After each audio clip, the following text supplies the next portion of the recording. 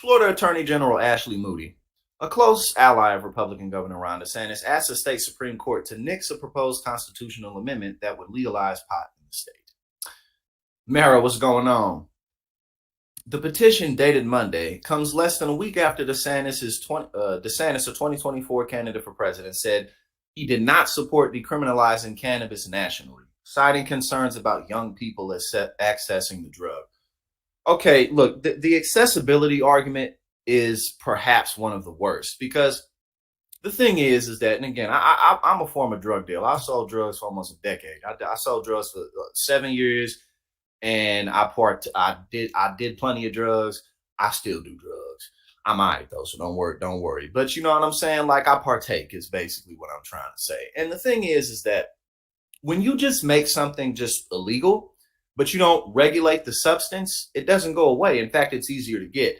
I have never had a problem getting my hands on huge quantities of drugs if I either had the money to buy it or they knew I was going to sell it. You know what I'm saying? If I could sell X amount of product and I knew I could get it off and they knew I could get it off, then they give it to me. Because that's what happens when things are on the black market. It's not regulated. The government really doesn't watch it. It's just illegal. You can fill a whole house full of drugs if you can get your hands on them and sell them. So the accessibility argument is ridiculous. It's much harder. Here, matter of fact, check this out. This right here, right? This is methylphenidate. Methylphenidate is Ritalin. That Ritalin is basically the brand name for methylphenidate. Methylphenidate being the chemical compound.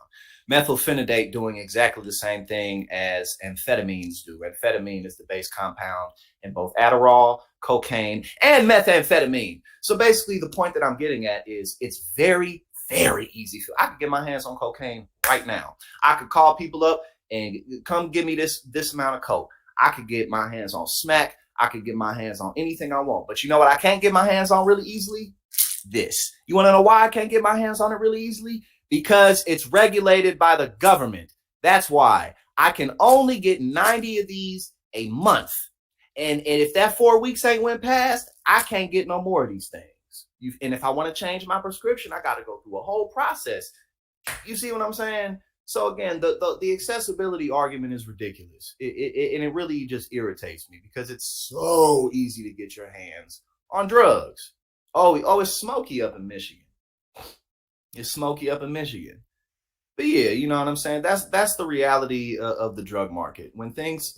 This is much harder to get than anything that's illegal. So shut up. Shut up with the accessibility argument, please. We got Aaron in the building. What's going on? All right. But it also came the same day that DeSantis signed a bill into law. Signed a bill into law to allow people to access medical marijuana through telehealth. Alongside the law is another provision that would help more black farmers receive licenses to participate in the cannabis industry. So he just wants to keep it tight there, I guess. This dude acts like he can't get voted out of office. Should the legalization effort move forward and should DeSantis secure the GOP nomination for president, he and pot could both be on the ballot in 2024. The broader recreational legalization in Florida effort gathered through signatures to put the question of pot legalization before voters. But it has to get a sign-off from the state Supreme Court first, which decides whether the ballot question is clear enough for voters to understand and addresses just one subject. Oh, yeah, let's see. Moody, in arguing against the sign-off, said the ballot's language was, quote, misleading to voters in several key respects and was not honest with voters about the forthcoming changes. She alleged that it didn't make clear that marijuana would remain illegal federally. Though the ballot's language states the authorization of the measure does not change or immunize violations of federal law.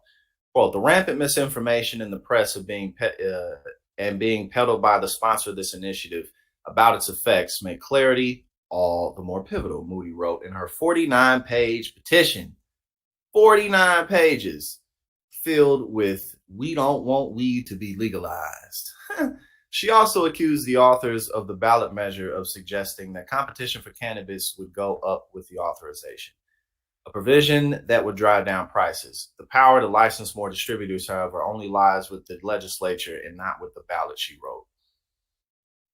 In another argument, she said the Department of Health wouldn't have enough time to regulate the drug, even though the ballot measure makes it sound as though it would happen right away. The ballot, if passed, would authorize the drug for recreational purposes for people 21 and older to possess, purchase, or use marijuana products and marijuana accessories, and is being backed by Trulieve, a medical marijuana operator. The Florida Chamber of Commerce and the drug, my bad, the Florida Chamber of Commerce and the Drug Free America Foundation were outside entities opposing the ballot measure in briefs they filed.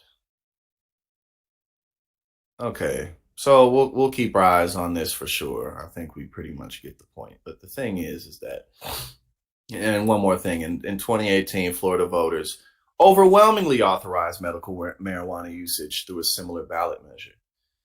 I mean, how many people, I mean, the numbers, I don't remember them off the top of my head, but the number of people in support for recreational legalizing marijuana is incredibly high. There's really no argument against it. There's just not.